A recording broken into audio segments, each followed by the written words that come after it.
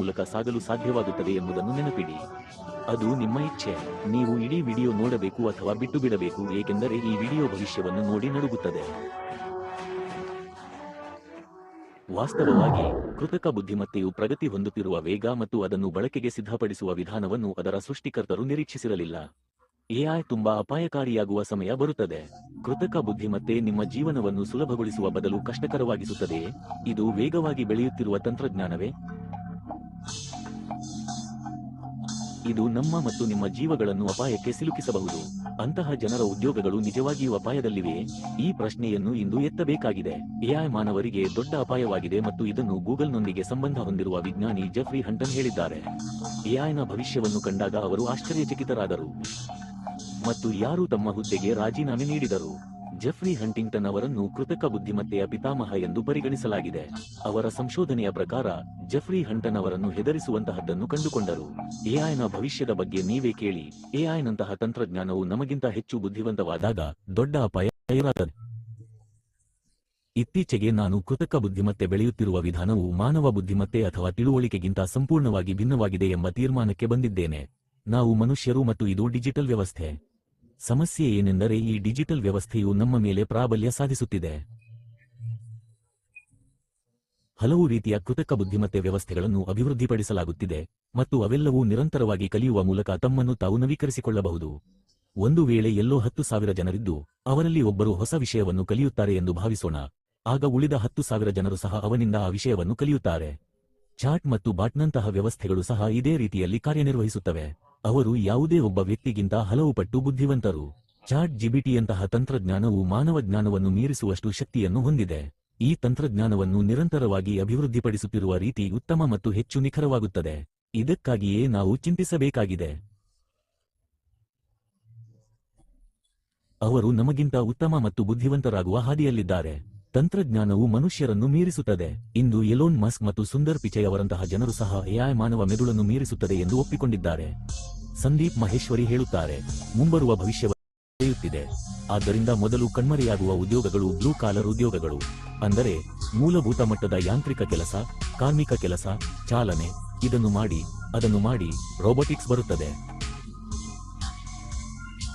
ಆ ಕೆಲಸ ಕಳೆದು ಹೋಗುತ್ತದೆ. ನಾವು ಇದನ್ನು ಚಲನಚಿತ್ರಗಳಲ್ಲಿಯೂ ನೋಡಿದ್ದೇವೆ. ನಾನು ಸೈಫೈ ಮೂವೀಸ್ಗೆ ಹೋಗಿ ನಂತರ ವೈಟ್ ಕಾಲರ್ ಜಾಬ್ಸ್ಗೆ ಹೋಗುತ್ತೇನೆಯೇ? ಏಕೆಂದರೆ ಅದಕ್ಕೆ ಬೇರೆಯದೇ ಮಟ್ಟದ ಕೌಶಲ್ಯ ಬೇಕಾಗುತ್ತದೆ. ಉದಾಹರಣೆಗೆ, ನೀವು ಕಚೇರಿಯಲ್ಲಿ ಕುಳಿತು ಪ್ರೋಗ್ರಾಮಿಂಗ್ ಮತ್ತು ಕೋಡಿಂಗ್ ಮಾಡುತ್ತಿದ್ದೀರಿ. ಅದಾದ ನಂತರ ಬರುವ ಕೊನೆಯ ಉದ್ಯೋಗಗಳು ಛಾಯಾಗ್ರಾಹಕರು, ವಿನ್ಯಾಸಕರಂತಹ ಸೃಜನಶೀಲ ಉದ್ಯೋಗಗಳಾಗಿರುತ್ತವೆ. ನಾವು ದೃಶ್ಯೀಕರಿಸಲ್ಪಟ್ಟೆವು, ಬರಹಗಾರರಾದೆವು. ಅದರ ನಿಖರವಾದ ವಿರುದ್ಧ ನಡೆಯುತ್ತಿದೆ.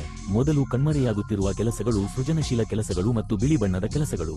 ಅಂದರೆ ಅತ್ಯಂತ ಕಷ್ಟಕರವಾದ ಕೆಲಸವನ್ನು ಮೊದಲು ಎಐ ಮಾಡಿತು. 46% ಆಡಳಿತಾತ್ಮಕ ಕೆಲಸಗಳನ್ನು ಎಐ ಮೂಲಕ ಮಾಡಬಹುದು ಎಂದು ನಂಬಲಾಗಿದೆ. 44% ಜನರು ಕಾನೂನು ಕೆಲಸ ಮಾಡಬಹುದು ಮತ್ತು 6% ಜನರು ಮಾತ್ರ ನಿರ್ಮಾಣ, ವೆಲ್ಡಿಂಗ್, ಮರಗೆಲಸ, ಕೊಳಾಯಿ ಮುಂತಾದ ಕಾರ್ಮಿಕ ಸಂಬಂಧಿತ ಕೆಲಸಗಳನ್ನು ಮಾಡಬಹುದು. ಅಂದರೆ ಕೇವಲ 6% ಜನರು ಮಾತ್ರ ಸಣ್ಣಪುಟ್ಟ ಕೆಲಸಗಳನ್ನು ಮಾಡಬಹುದು. ಅಂದರೆ ಕಾರ್ಮಿಕ ಕ್ಷೇತ್ರದಲ್ಲಿ ಸ್ವಲ್ಪ ಪರಿಹಾರವಿದೆ, ಆದರೆ ಇದು ಕೂಡ ಕಾರ್ಮಿಕ ಕೆಲಸ. ಇಂದಿನ ಕಾಲದಲ್ಲಿ ಸ್ವಲ್ಪ ಶಿಕ್ಷಣ ಪಡೆದ ನಂತರ ಯಾರು ಇದನ್ನು ಮಾಡಲು ಬಯಸುತ್ತಾರೆ? ಅವನು ಈ ಕೆಲಸ ಮಾಡಲು ಬಯಸುತ್ತಾನೆಯೇ? ಇಲ್ಲ. ವಾಸ್ತವವಾಗಿ ಸ್ವಲ್ಪ ಶಿಕ್ಷಣ ಪಡೆದವರು ಸಹ ಈ ಕಾರ್ಮಿಕ ಕೆಲಸವನ್ನು ಮಾಡಲು ಬಯಸುವುದಿಲ್ಲ. ಎಐ ಕಲೆಯನ್ನು ರಚಿಸಬಹುದು, ಹಾಡುಗಳನ್ನು ಬರೆಯಬಹುದು. ಇಷ್ಟೇ ಅಲ್ಲ, ಯಾವುದೇ ಕಲಾವಿದನ ಶೈಲಿಯನ್ನು ಕೆಲವೇ ಸೆಕೆಂಡುಗಳಲ್ಲಿ ನಕಲಿಸಬಹುದು. ಎಐ ನಿಮ್ಮ ಮನಸ್ಸಿನಲ್ಲಿ ಮೂಡುವ ಪ್ರತಿಯೊಂದು ಚಿತ್ರವನ್ನು ಅವನು ಸೃಷ್ಟಿಸಬಲ್ಲನು. ಸಂಶೋಧಕರ ಪ್ರಕಾರ ತಂತ್ರಜ್ಞಾನವು 1980 ರಿಂದ ಇಲ್ಲಿಯವರೆಗೆ ಮುಂದುವರೆದಿದೆ.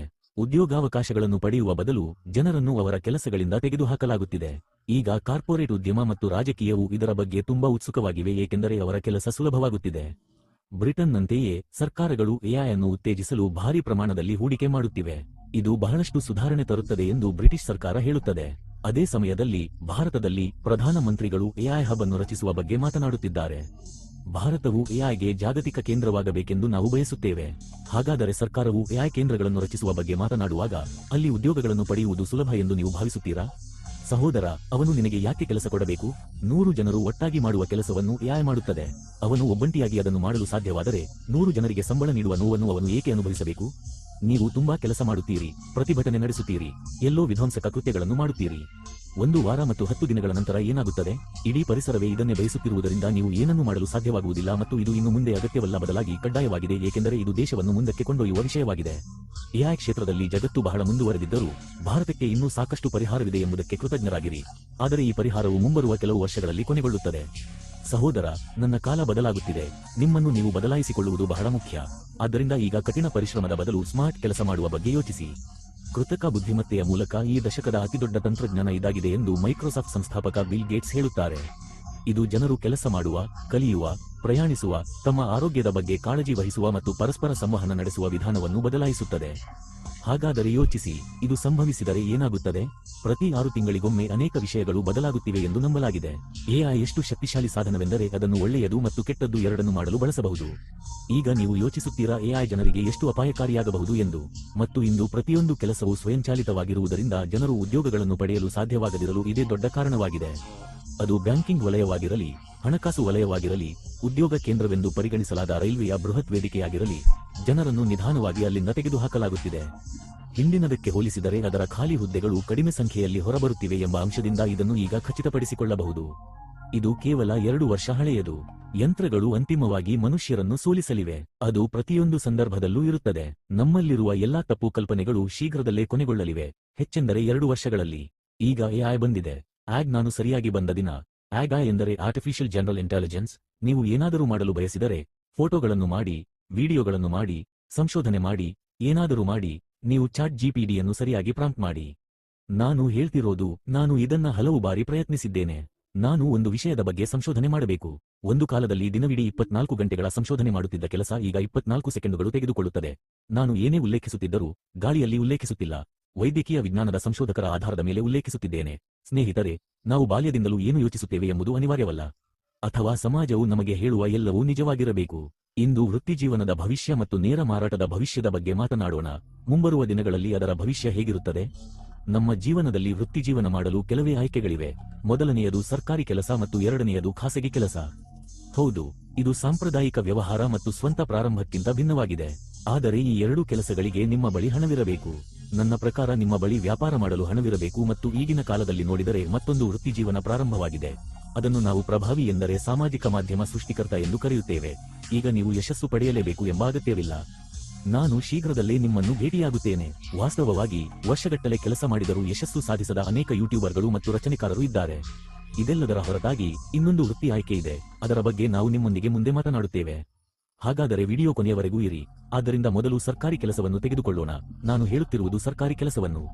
ನಮ್ಮ ಜೀವನದ ವೃತ್ತಿಜೀವನದಲ್ಲಿ ನನಗೆ ಉತ್ತಮ ಎಂದು ನಾವು ಈ ರೀತಿ ಅರ್ಥಮಾಡಿಕೊಳ್ಳುತ್ತೇವೆ. ಆದ್ದರಿಂದ ನಾವು ಅದನ್ನು ಈ ರೀತಿ ಅರ್ಥಮಾಡಿಕೊಳ್ಳಬಹುದು: ಸಮಯ, ಪ್ರಯತ್ನ, ಅವಕಾಶ, ಹಣ, ಸ್ಪರ್ಧೆ, ಭದ್ರತೆ, ಸ್ವಾತಂತ್ರ್ಯ, ಕಾರ್ಯಕ್ಷಮತೆ ಮತ್ತು ಕಠಿಣ ಪರಿಶ್ರಮ. ಈಗ ಇದರೊಂದಿಗೆ ಎಲ್ಲವೂ ನಿಮಗೆ ಬಹಳ ಸುಲಭವಾಗಿ ಸ್ಪಷ್ಟವಾಗುತ್ತದೆ. ಹಾಗಾದರೆ ಬೇಗ ಸರ್ಕಾರಿ ಕೆಲಸ ಸಿಗಲಿ. ಸರ್ಕಾರಿ ಕೆಲಸದಲ್ಲಿ ನಿಮಗೆ ಸಮಯವಿರಬೇಕು. ಅದು ನಿಮ್ಮ ತಯಾರಿಯ ಮೇಲೆ ಎಷ್ಟು ಅವಲಂಬಿತವಾಗಿದೆ? ಉದಾಹರಣೆಗೆ, ಇದು 4 ವರ್ಷಗಳು, ಅನೇಕ ಜನರಿಗೆ 5 ವರ್ಷಗಳು ಮತ್ತು ಅನೇಕ ಜನರಿಗೆ 2 ವರ್ಷಗಳು ತೆಗೆದುಕೊಳ್ಳುತ್ತದೆ. ಆದರೆ ಇದು ಅನೇಕ ಜನರಿಗೆ 10 ರಿಂದ 1212 ವರ್ಷಗಳನ್ನು ತೆಗೆದುಕೊಳ್ಳುತ್ತದೆ. ನೀವು ತಯಾರಿ ಆರಂಭಿಸಿದಾಗ ನಿಮ್ಮ ವಯಸ್ಸು ಎಷ್ಟು ಸರ್? ಆಗ ನಮಗೆ 18 ವರ್ಷ ಮತ್ತು ನಮಗೆ ಈಗಷ್ಟೇ 30 ವರ್ಷ ತುಂಬಿತು. 30 ವರ್ಷ ವಯಸ್ಸು. ಕಳೆದ 12 ವರ್ಷಗಳಲ್ಲಿ ನೀವು ನಿಮ್ಮ ಜೀವನದಲ್ಲಿ ಏನು ಮಾಡಿದ್ದೀರಿ? ಸರ್, ಜೀವನದಲ್ಲಿ ಓದುವಾಗ ನೀವು ಯಾವ ಪದವಿಗಳನ್ನು ಪಡೆದಿದ್ದೀರಿ? ನಾನು 3 ವಿಷಯಗಳಲ್ಲಿ ಸ್ನಾತಕೋತ್ತರ ಪದವಿ ಪಡೆದಿದ್ದೇನೆ. ಬಿ.ಎಡ್, ಸಿ.ಎಡ್. ನಾನು ಅರ್ಹತೆ ಹೊಂದಿದ್ದೇನೆ. ನೆಟ್ ಅರ್ಹತೆ ಹೊಂದಿದ್ದೇನೆ ಸರ್. ನಾನು ತುಂಬಾ ಕಷ್ಟಪಟ್ಟು ಕೆಲಸ ಮಾಡಿದೆ. ನೀವು ಈ ಪರೀಕ್ಷೆಗೆ ತಯಾರಿ ಆರಂಭಿಸಿದಾಗ ನಿಮ್ಮ ವಯಸ್ಸು ಎಷ್ಟು? ಆ ಸಮಯದಲ್ಲಿ ನಾನು ಸಕ್ರಿಯನಾಗಿದ್ದೆ, ಅಂದರೆ ನನಗೆ 19 ವರ್ಷ ವಯಸ್ಸಾಗಿತ್ತು ಮತ್ತು ಈಗ 27 ವರ್ಷಗಳಾಗಿವೆ. ಹೌದು. ಈಗ ಇದರ ನಂತರ ಎರಡನೇ ಆಯ್ಕೆ ಪ್ರಯತ್ನ. ಸ್ನೇಹಿತರೆ, ಸರ್ಕಾರಿ ಕೆಲಸಕ್ಕೆ ತಯಾರಿ ನಡೆಸುತ್ತಿರುವ ಹುಡುಗ ಸಮಯ ಅಥವಾ ಶ್ರಮದ ಮೇಲೆ ಎಂದಿಗೂ ಚೌಕಾಶಿ ಮಾಡುವುದಿಲ್ಲ. ಅವರು ಕೇವಲ ಅಧ್ಯಯನ ಮಾಡಲು ಬಯಸಿದರೆ, ಕೇವಲ ಅಧ್ಯಯನ ಮಾಡುವುದರಿಂದ ಎಷ್ಟು ಸಮಯ ವ್ಯರ್ಥವಾಗುತ್ತಿದೆ ಎಂದರ್ಥ. ನೀವು ಎಷ್ಟು ಪ್ರಯತ್ನ ಮಾಡುತ್ತಿದ್ದೀರಿ? ಅವರು ಇದರ ಬಗ್ಗೆ ಗಮನ ಹರಿಸಿದರೆ ಅವರಿಗೆ ಎಂದಿಗೂ ಸರ್ಕಾರಿ ಕೆಲಸ ಸಿಗುವುದಿಲ್ಲ. ಇದು ಅಪರಿಮಿತವಾಗಿರಬೇಕು. ಈಗ ಮುಂದಿನ ಅವಕಾಶ ಬರುತ್ತದೆ. ನೀವು ಉತ್ತಮ ಶಿಕ್ಷಣ ಮತ್ತು ಉತ್ತಮ ಕೌಶಲ್ಯಗಳನ್ನು ಹೊಂದಿದ್ದರೆ ಮತ್ತು ನೀವು ಸುಲಭವಾಗಿ ಸರ್ಕಾರಿ ಕೆಲಸವನ್ನು ಪಡೆದರೆ ಇದು ಕೂಡ ಸಾಧ್ಯವಿಲ್ಲ. ಈಗ ಇಲ್ಲಿ ಅನೇಕ ಜನರು ಇದಕ್ಕಾಗಿ ಹಣದ ಸಹಾಯವನ್ನು ಪಡೆಯುತ್ತಾರೆ. ಆದರೆ ನಿಮ್ಮ ಬಳಿ ಹಣವಿದ್ದರೆ ಮಾತ್ರ ನೀವು ಅದನ್ನು ತೆಗೆದುಕೊಳ್ಳಬಹುದು. ಈಗ ಮುಂದಿನ ಹಂತ ಬಂದಿದೆ: ಹಣ. ನಿಮ್ಮ ಬಳಿ ಸಾಕಷ್ಟು ಹಣವಿದ್ದರೆ ನಿಮಗೆ ಸಮಯವಿದೆಯೋ ಇಲ್ಲವೋ? ನೀವು ಅದರ ಮೇಲೆ ಪರಿಣಾಮ ಬೀರುತ್ತೀರಾ ಅಥವಾ ಇಲ್ಲವೇ? ಅವಕಾಶವಿದೆಯೋ ಇಲ್ಲವೋ? ಹಣದ ಸಹಾಯದಿಂದ ಅದು ಸಂಭವಿಸುವ ಅವಕಾಶ ನಿಮಗೆ ಇನ್ನೂ ಇದೆ. ಆದರೆ 70% ಜನರ ಬಳಿ ಹಣವಿಲ್ಲ ಎಂದು ಕಂಡುಬಂದಿದೆ. ಅವರ ಕುಟುಂಬ ಸದಸ್ಯರು ಹೇಗೋ ಹಣವನ್ನು ಸಂಗ್ರಹಿಸಿ ಸಿದ್ಧತೆಗಳನ್ನು ಮಾಡಿಕೊಳ್ಳುತ್ತಾರೆ. ಅದಕ್ಕಾಗಿ ಅವರು ತಮ್ಮ ಆಭರಣಗಳನ್ನು ಅಥವಾ ತಮ್ಮ ತೋಟಗಳನ್ನು ಅಡವಿಡಬೇಕಾಗುತ್ತದೆ. ಇದರರ್ಥ ಹಣದ ಆಧಾರದ ಮೇಲೆ ನೀವು ಸರ್ಕಾರಿ ಉದ್ಯೋಗವನ್ನು ಪಡೆಯಬಹುದು. ಇದು ಎಲ್ಲರಿಗೂ ಆಗಲು ಸಾಧ್ಯವಿಲ್ಲ. ಅದು ಅಂದರೆ ಇದಕ್ಕೆ ನಿಮ್ಮ ಬಳಿ ಏನಾದರೂ ಭದ್ರತೆ ಇದೆಯೇ? ಅಲ್ಲಿ ಇಲ್ಲ. ಈಗ ಮುಂದಿನ ಸ್ಪರ್ಧೆಯ ಬಗ್ಗೆ ಮಾತನಾಡೋಣ. ಇದರಲ್ಲಿ ನೋಡಿದರೆ ಸರ್ಕಾರಿ ಉದ್ಯೋಗಗಳಲ್ಲಿ ಸಾಕಷ್ಟು ಸ್ಪರ್ಧೆ ಇದೆ. ಪ್ರತಿಯೊಂದು ಹಂತದಲ್ಲೂ ಸ್ಪರ್ಧೆ ಇದೆ ಮತ್ತು ನಾವು ನೋಡಿದರೆ ಭಾರತದಲ್ಲಿ ಸರ್ಕಾರಿ ಉದ್ಯೋಗಗಳಿಗೆ ತಯಾರಿ ನಡೆಸುತ್ತಿರುವ ಹೆಚ್ಚಿನ ಹುಡುಗರು ಯುಪಿ ಮತ್ತು ಬಿಹಾರದವರು. ಅಲ್ಲಿ ಕನಿಷ್ಠ 10 ರಿಂದ 12 ಲಕ್ಷ ಹುಡುಗರು ಕೇವಲ ಒಂದು ಸೀಟಿಗೆ ಅರ್ಜಿ ಸಲ್ಲಿಸುತ್ತಾರೆ. ನಿಮಗೆ ಸರ್ಕಾರಿ ಕೆಲಸ ಸಿಕ್ಕಿದೆ ಎಂದು ಭಾವಿಸೋಣ. ಅಲ್ಲಿ ತುಂಬಾ ಸ್ಪರ್ಧೆ ಇದೆ. ಆದರೆ ನಿಮಗೆ ಅದರಲ್ಲಿ ಸ್ವಾತಂತ್ರ್ಯ ಸಿಗುತ್ತದೆ ಎಂದು 100% ಖಚಿತವಾಗಿದೆಯೇ? ಇಲ್ಲ. ನೀವು ಸರ್ಕಾರಿ ಕೆಲಸದಲ್ಲಿರುವವರೆಗೆ ನೀವು ಏನು ಬೇಕಾದರೂ ಮಾಡಲು ಸಾಧ್ಯವಿಲ್ಲ. ನೀವು ಸರ್ಕಾರದ ಆದೇಶದಂತೆ ನಡೆದುಕೊಳ್ಳಬೇಕಾಗುತ್ತದೆ. ನೀವು ಮುಂದಿನ ಹಂತಕ್ಕೆ ಬನ್ನಿ. ಕಾರ್ಯಕ್ಷಮತೆ. ನಿಮ್ಮ ಕಾರ್ಯಕ್ಷಮತೆ ಉತ್ತಮವಾಗಿದ್ದರೆ ನಿಮಗೆ ಬಡ್ತಿ ಸಿಗುತ್ತದೆ. ಒಂದೇ ಪೋಸ್ಟ್ನಲ್ಲಿ ನಿಮ್ಮ ಇಡೀ ಜೀವನವನ್ನು ಸಲಹೆ ಮಾಡಿ. ಅದು ಹಾದು ಹೋಗುತ್ತದೆ ಮತ್ತು ಕೊನೆಯ ಹಂತ ಕಠಿಣ ಪರಿಶ್ರಮ ಸಹೋದರ. ನೀವು ಕಷ್ಟಪಟ್ಟು ಕೆಲಸ ಮಾಡಬೇಕಾಗುತ್ತದೆ. ಅದು ಕೂಡ ಸ್ವಲ್ಪ ಅಲ್ಲ. ಆದರೆ ನೀವು 8 ರಿಂದ 6 ಗಂಟೆಗಳ ಒತ್ತಡದೊಂದಿಗೆ ಕಷ್ಟಪಟ್ಟು ಕೆಲಸ ಮಾಡಬೇಕಾಗುತ್ತದೆ ಮತ್ತು ನಿಮ್ಮ ಸ್ಥಾನವು ಕೆಳಮಟ್ಟದಲ್ಲಿದ್ದರೆ ನೀವು ಇನ್ನೂ ಹೆಚ್ಚಿನ ಒತ್ತಡದೊಂದಿಗೆ ಕಷ್ಟಪಟ್ಟು ಕೆಲಸ ಮಾಡಬೇಕಾಗುತ್ತದೆ. ಹಾಗಾಗಿ ಇದು ನಮ್ಮ ಮೊದಲ ಆಯ್ಕೆ, ಸರ್ಕಾರಿ ಕೆಲಸ. ಈಗ ನಮಗೆ ಎರಡನೇ ಆಯ್ಕೆ ಸಿಕ್ಕಿದೆ, ಖಾಸಗಿ ಕೆಲಸ. ಖಾಸಗಿ ಕೆಲಸದಲ್ಲಿ ನಿಮ್ಮ ಸಮಯವನ್ನು ನೋಡಿ. ನೀವು ಸರ್ಕಾರಿ ಉದ್ಯೋಗದಲ್ಲಿ ಪಡೆಯುವುದಕ್ಕಿಂತ ಹೆಚ್ಚಿನ ಪ್ರಯತ್ನ ಮತ್ತು ಹೆಚ್ಚಿನ ಅವಕಾಶವನ್ನು ಹಾಕಬೇಕಾಗುತ್ತದೆ. ಹೌದು, ಇಲ್ಲಿ ನಿಮಗೆ ಉದ್ಯೋಗ ಪಡೆಯುವ ಅವಕಾಶವಿದೆ ಮತ್ತು ನೀವು ಇಲ್ಲಿ ಖರ್ಚು ಮಾಡುವ ಹಣವು ಅತ್ಯಲ್ಪವಾಗಿರಬಹುದು. ಅಂದರೆ ನೀವು ಖಾಸಗಿ ವಲಯದಲ್ಲಿ ಹಣವಿಲ್ಲದೆ ಕೆಲಸ ಪಡೆಯಬಹುದು. ಇದರಲ್ಲಿ ಖಂಡಿತವಾಗಿಯೂ ಸ್ಪರ್ಧೆ ಇರುತ್ತದೆ. ಭದ್ರತೆ ನಿಮಗೆ ಏನನ್ನೂ ತಂದುಕೊಡುವುದಿಲ್ಲ. ಸ್ವಾತಂತ್ರ್ಯವು ನಿಮಗೆ ಏನನ್ನೂ ತಂದುಕೊಡುವುದಿಲ್ಲ. ಕಾರ್ಯಕ್ಷಮತೆ ನಿಮ್ಮ ಮೊದಲ ಆದ್ಯತೆಯಾಗಿರಬೇಕು. ಅದು ಅಂದರೆ ನಿಮ್ಮ ಕಾರ್ಯಕ್ಷಮತೆ ಸ್ವಲ್ಪ ಕಡಿಮೆಯಾದರೂ ನಿಮ್ಮನ್ನು ತಕ್ಷಣವೇ ಕೆಲಸದಿಂದ ತೆಗೆದುಹಾಕಲಾಗುತ್ತದೆ ಮತ್ತು ನೀವು ಕಷ್ಟಪಟ್ಟು ಕೆಲಸ ಮಾಡಬೇಕಾಗುತ್ತದೆ. ಅದಕ್ಕಾಗಿಯೇ ಎಲ್ಲರೂ ಸರ್ಕಾರಿ ಉದ್ಯೋಗಗಳು ಮಾತ್ರ ಬೇಕು. ಅಲ್ಲಿ ಅವರು ಸುರಕ್ಷಿತ ಭಾವನೆ ಹೊಂದಬೇಕೆಂದು ಹೇಳುತ್ತಾರೆ. ಸುರಕ್ಷಿತವಾಗಿರಿ. ಹಾಗಾಗಿ ಸರ್ಕಾರಿ ಕೆಲಸದಲ್ಲಿರುವವರಿಗೆ ಪರಿಸ್ಥಿತಿ ಕೆಟ್ಟದಾಗಿದೆ ಎಂದು ಹೇಳಿ. ಖಾಸಗಿ ಉದ್ಯೋಗ ಮತ್ತು ಸಾಂಪ್ರದಾಯಿಕ ವ್ಯವಹಾರದಲ್ಲಿ ವ್ಯವಹಾರ. ಇದರ ಬಗ್ಗೆ ನಾವು ಈಗಾಗಲೇ ಚರ್ಚಿಸಿದ್ದೇವೆ. ಇದೆಲ್ಲದಕ್ಕೂ ನಿಮ್ಮ ಬಳಿ ಹಣವಿರಬೇಕು ಅಥವಾ ನಿಮ್ಮ ಪೂರ್ವಜರು ನೀವು ಸುಲಭವಾಗಿ ನಡೆಸಬಹುದಾದ ಉತ್ತಮ ವ್ಯವಹಾರವನ್ನು ಹೊಂದಿರಬೇಕು. ಈಗ ನಾವು ಒಂದು ಉತ್ತಮ ಆಯ್ಕೆಗೆ ಬರೋಣ. ಅದು ಪ್ಯಾಷನ್, ಸ್ವಂತ ಉತ್ಸಾಹ. ಇದರಲ್ಲಿ ನಮ್ಮ ಅನೇಕ ಉತ್ಸಾಹಗಳು ನಟನೆ, ಹಾಡುಗಾರಿಕೆ, ನೃತ್ಯ, ಕ್ರಿಕೆಟ್ ಪ್ರಭಾವಿಗಳು, ಯೂಟ್ಯೂಬ್, ಗೇಮರ್ ಇತ್ಯಾದಿಗಳೊಂದಿಗೆ ಸಂಬಂಧ ಹೊಂದಿವೆ. ಈಗ ಇದೆಲ್ಲವೂ ನಮ್ಮ ಉತ್ಸಾಹ, ನಮ್ಮ ಹವ್ಯಾಸವಾಗಿದ್ದರೆ ಪರವಾಗಿಲ್ಲ. ಆದರೆ ನಾವು ಇದರಿಂದ ವೃತ್ತಿಯಾಗಿ ಹಣ ಗಳಿಸಲು ಬಯಸಿದರೆ ನಾವು ಬಹಳಷ್ಟು ವಿಷಯಗಳನ್ನು ಎದುರಿಸಬೇಕಾಗುತ್ತದೆ ಮತ್ತು ಅದರಲ್ಲಿ ಯಾವುದೇ ಸುರಕ್ಷತೆ ಇಲ್ಲ. ನಾವು ಆ ವಿಷಯವನ್ನು ಸಾಧಿಸುತ್ತೇವೆ ಎಂಬುದಕ್ಕೆ ಯಾವುದೇ ಗ್ಯಾರಂಟಿ ಇಲ್ಲ. ಈಗ ಇದರಲ್ಲಿಯೂ ನಮ್ಮ ಸಮಯ ಪ್ರಯತ್ನವು ಅಪರಿಮಿತವಾಗಿರುತ್ತದೆ. ನಮ್ಮಲ್ಲಿ ಎಷ್ಟೇ ಉತ್ತಮ ಕೌಶಲ್ಯ ಮತ್ತು ಗುಣಗಳಿದ್ದರೂ ನಮ್ಮ ಉತ್ಸಾಹದ ಕ್ಷೇತ್ರದಲ್ಲಿ ಯಶಸ್ಸು ಸಿಗುವ ಸಾಧ್ಯತೆಯೇ ಇಲ್ಲ. ಅವಕಾಶದ ಸುರಕ್ಷತೆ ಇಲ್ಲ. ಈಗ ನಿಮ್ಮಲ್ಲಿ ಗುಣಮಟ್ಟವಿಲ್ಲದಿದ್ದರೆ ಯಾವುದೇ ಒಳ್ಳೆಯದು ಸಾಕಾಗುವುದಿಲ್ಲ. ಆದ್ದರಿಂದ ನೀವು ಅದನ್ನು ಹಣದಿಂದ ಖರೀದಿಸಲು ಸಾಧ್ಯವಿಲ್ಲ. ಅಂದರೆ ನಿಮ್ಮ ಹಣಕ್ಕೆ ಅದರಲ್ಲಿ ಯಾವುದೇ ಪ್ರಾಮುಖ್ಯತೆ ಇಲ್ಲ. ಆದರೆ ಹೌದು, ನಿಮ್ಮ ಬಳಿ ಮೂಲ ಮತ್ತು ಸಾಕಷ್ಟು ಹಣವಿದ್ದರೆ ನೀವು ಕೆಲವು ದಿನಗಳವರೆಗೆ ಈ ವಿಷಯಗಳನ್ನು ಸಾಧಿಸಬಹುದು. ನೀವು ಸ್ವಜನ ಪಕ್ಷಪಾತದಲ್ಲಿ ನೋಡಬಹುದಾದಂತೆ. ಆದರೆ ಮಧ್ಯಮ ವರ್ಗದ ಜನರಿಗೆ ಇದು ತುಂಬಾ ಅಸಾಧ್ಯ, ಏಕೆಂದರೆ ಅವರ ದೊಡ್ಡ ಸಮಸ್ಯೆ ಹಣ ಮತ್ತು ಇದರಲ್ಲಿ ಸಾಕಷ್ಟು ಸ್ಪರ್ಧೆ ಇದೆ. ಅದು ಆ ಮಟ್ಟದಲ್ಲಿದೆ ಎಂದು ನಾನು ಭಾವಿಸುತ್ತೇನೆ. ನಿಮಗೆ ಕ್ರಿಕೆಟ್ ಆಡುವ ಉತ್ಸಾಹವಿದ್ದರೆ ಆ ಹಂತದವರೆಗೆ ಕ್ರಿಕೆಟ್ ಆಡಬಹುದೇ ಅಥವಾ ಹಣ ಗಳಿಸುವ ಅವಕಾಶ ಸಿಗುತ್ತದೆಯೇ ಎಂದು ನೋಡಬೇಕು. ಈಗ ಇದಕ್ಕಾಗಿ ನೀವು ಮೇಲಕ್ಕೆ ಬರಬೇಕಾಗುತ್ತದೆ. ಭಾರತ ಕ್ರಿಕೆಟ್ ತಂಡದಲ್ಲಿ ಒಟ್ಟು 11 ಆಟಗಾರರಿದ್ದಾರೆ. ನಾವು ಹೆಚ್ಚುವರಿಗಳನ್ನು ಸೇರಿಸಿದರೆ ಅದನ್ನು ಊಹಿಸೋಣ. 1516 ಆಟಗಾರರಿದ್ದಾರೆ. ನಾವು 20 ಜನರನ್ನು ತೆಗೆದುಕೊಳ್ಳೋಣ. ಹಾಗಾದರೆ ಇಷ್ಟು ದೊಡ್ಡ ಸ್ಪರ್ಧೆಯಲ್ಲಿ ನೀವು ಈ 20 ಜನರಲ್ಲಿ ಒಬ್ಬರಾಗಲು ಪ್ರಾರಂಭಿಸುತ್ತಿದ್ದೀರಾ ಮತ್ತು ಕ್ರಿಕೆಟ್ನಲ್ಲಿ ಕೇವಲ 11 ಆಟಗಾರರಿದ್ದಾರೆ ಎಂಬುದನ್ನು ನೀವು ನೆನಪಿನಲ್ಲಿಟ್ಟುಕೊಳ್ಳಬೇಕು. ಆದ್ದರಿಂದ ನನ್ನ ಸಹೋದರ, ಈ ಮಟ್ಟದಲ್ಲಿ ಸ್ಪರ್ಧೆ ಎಷ್ಟು ಎತ್ತರದಲ್ಲಿದೆ ಎಂಬುದನ್ನು ನೀವು ಅರ್ಥಮಾಡಿಕೊಳ್ಳಬಹುದು. ಇನ್ನೊಂದು ಉತ್ಸಾಹವನ್ನು ಆರಿಸಿಕೊಳ್ಳೋಣ, ಅದು ನಟನೆ. ಇತ್ತೀಚಿನ ದಿನಗಳಲ್ಲಿ ನೀವು ನಟನಾ ಜೀವನದಲ್ಲಿ ಎಷ್ಟರ ಮಟ್ಟಿಗೆ ಹೋಗಬಹುದು?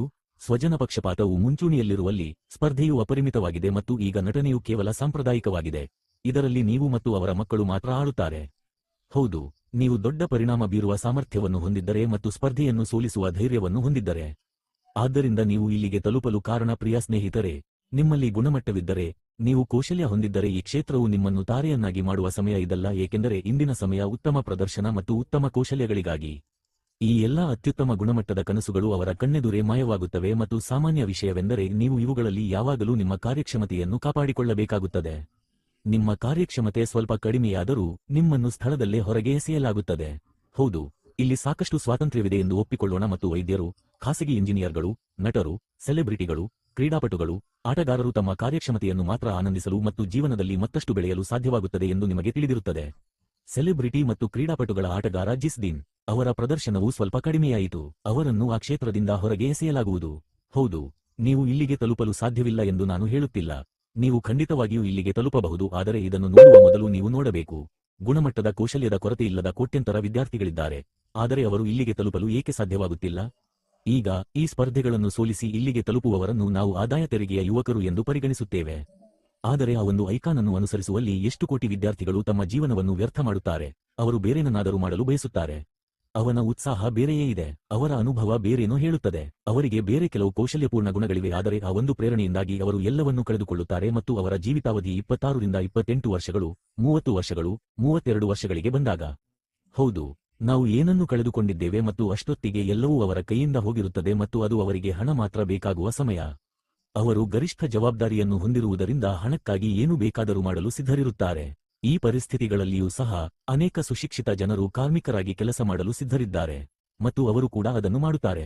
ಆದಾಗ್ಯೂ ಇದಕ್ಕಾಗಿ ತಪ್ಪು ಹಾದಿಯಲ್ಲಿ ಸಾಗಲು ನಾನು ನಿಮಗೆ ಎಂದಿಗೂ ಸಲಹೆ ನೀಡುವುದಿಲ್ಲ. ಜನರು ಓಲಾಗೆ ಸೇರುತ್ತಾರೆ, ಅವರು ಮೆಟ್ರೋದಿಂದ ಮಾತ್ರ ಸೇರುತ್ತಾರೆ ಮತ್ತು ಅಂತಿಮವಾಗಿ 10 ರಿಂದ 12,000 - 15,000 ಕೆಲಸಗಳನ್ನು ಮಾಡಲು ಪ್ರಾರಂಭಿಸುತ್ತಾರೆ. ಹಾಗಾದರೆ ಇದು ನಮ್ಮ ಇಂದಿನ ಭವಿಷ್ಯದ ವೃತ್ತಿಜೀವನ. ಈಗ ನಾವು ಈಗಾಗಲೇ ನಿಮ್ಮೊಂದಿಗೆ ಮಾತನಾಡಿದ ವಿಭಿನ್ನ ಆಯ್ಕೆಗೆ ಬರೋಣ.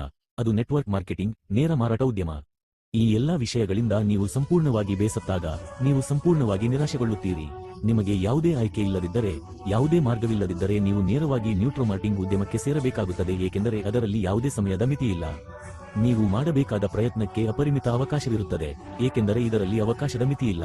ಇದಕ್ಕೆ ಯಾವುದೇ ಹಣ ಖರ್ಚಾಗುವುದಿಲ್ಲ. ಸ್ಪರ್ಧೆ ಜನರ ನಡುವೆ ಅಲ್ಲ, ಕಂಪನಿಗಳ ನಡುವೆಯೇ ಸ್ಪರ್ಧೆ ಇದೆ.